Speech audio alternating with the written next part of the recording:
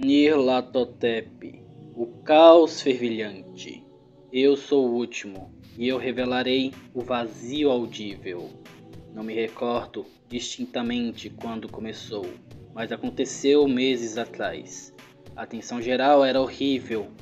A um período de revolta social e política somou-se uma apreensão estranha e latente de um terrível perigo físico.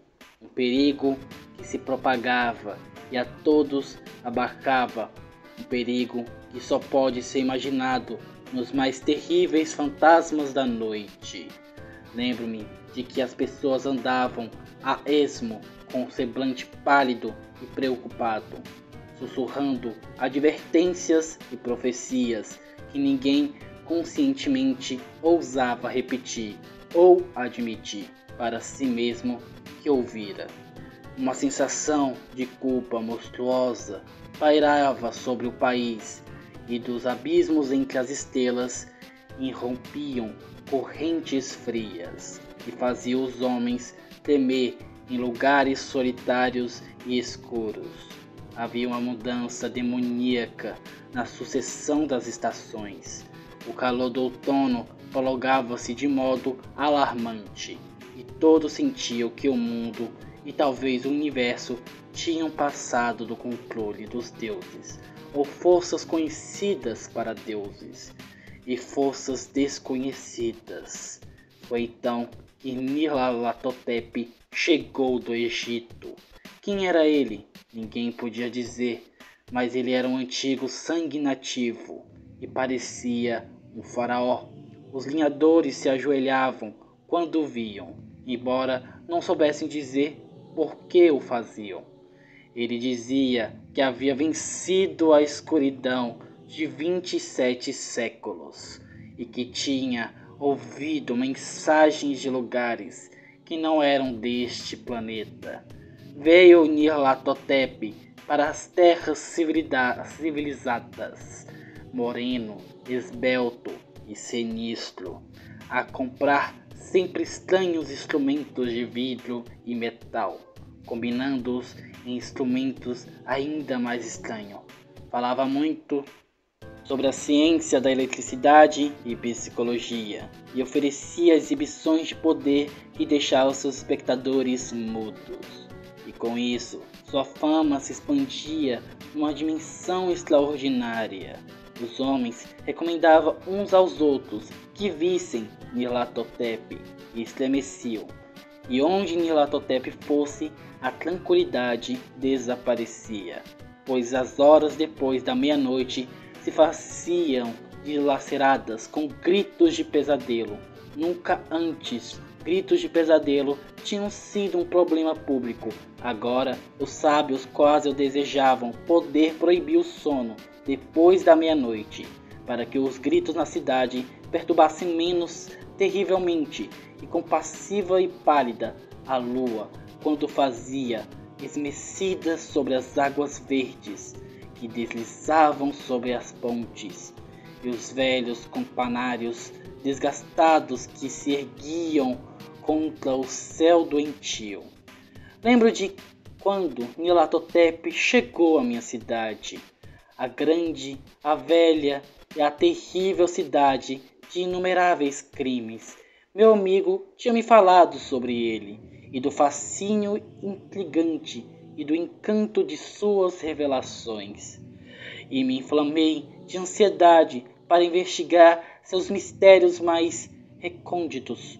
Meu amigo me dissera que era impressionante e espantosos, além da minha imaginação mais exaltada, que era projetada na tela de uma sala escura, profetizada coisas que ninguém, a não ser Nyarlathotep, ousava profetizar, que no fragor dos flashes de luz eram arrebatados dos homens e que nunca tinham sido arrebatados antes.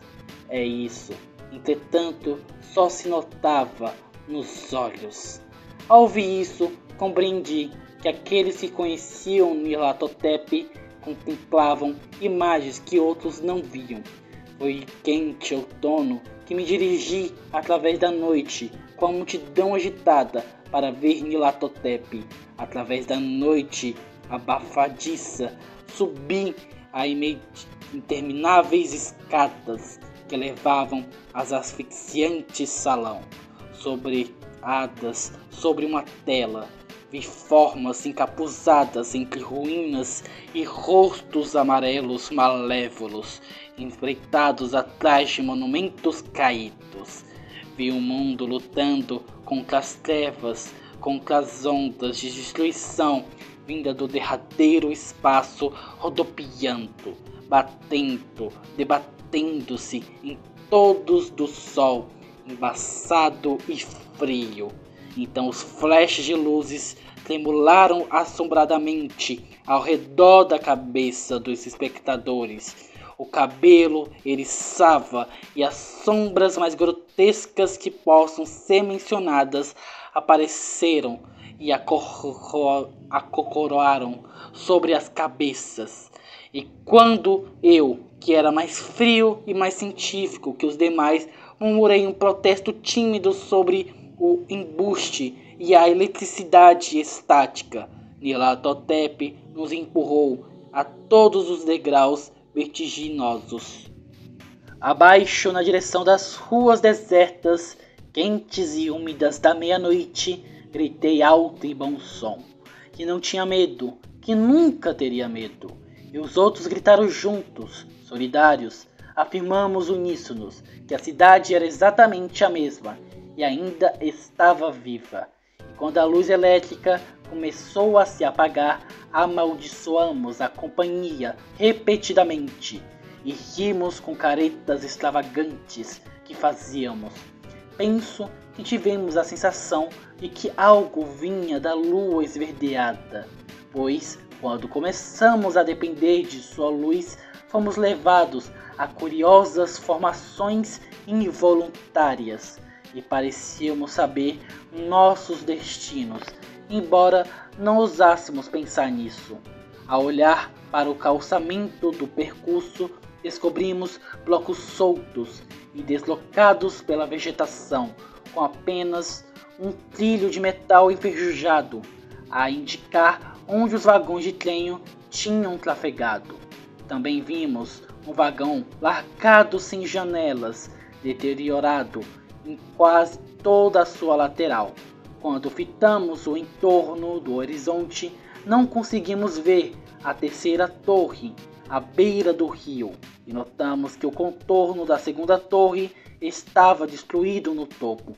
Em seguida, nos separamos em filas menores, cada um das quais parecia atraída para uma direção diferente. Uma desapareceu num beco à esquerda, deixando apenas o eco de uma gemida espantoso.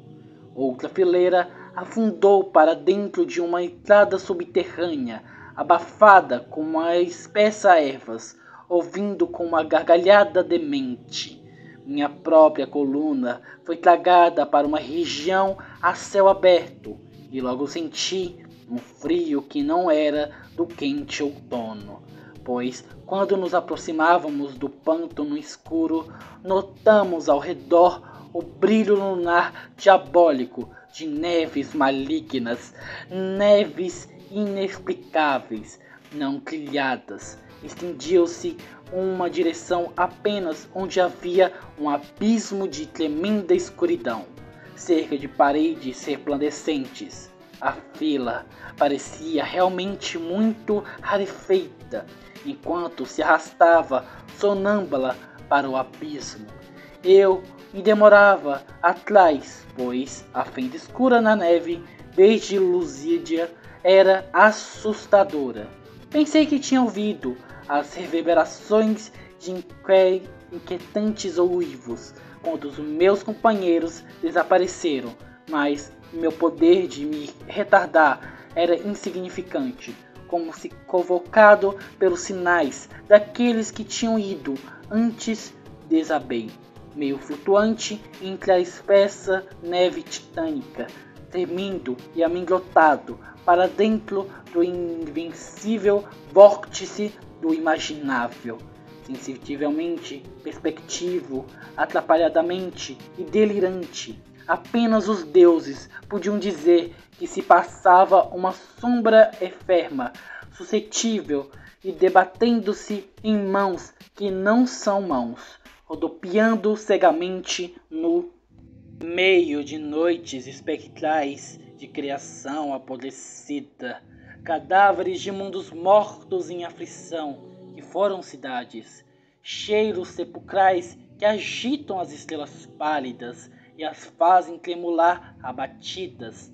Entre os mundos, fantasmas indistintos de seres monstruosos, colunas entrevistas de templos sacrilégios, assentados sobre rochedos desconhecidos debaixo do espaço, que penetram no vazio vertiginoso, acima das esferas de luz e escuridão. Em todos esse cemitério repulsivo do universo, o surdo, enlouquecido toque de tambores, o tênue e monótono lamento de flautas blasfemas, procedentes das inconcebíveis e escuras câmaras além do tempo, o detestável pulsar e sibilar da dança lenta, desajeitada e absurdamente sem sentido dos deuses supremos, colossais e tenebrosos, cegas, mudas e tediosas gárgulas cuja alma é Nyarlathotep.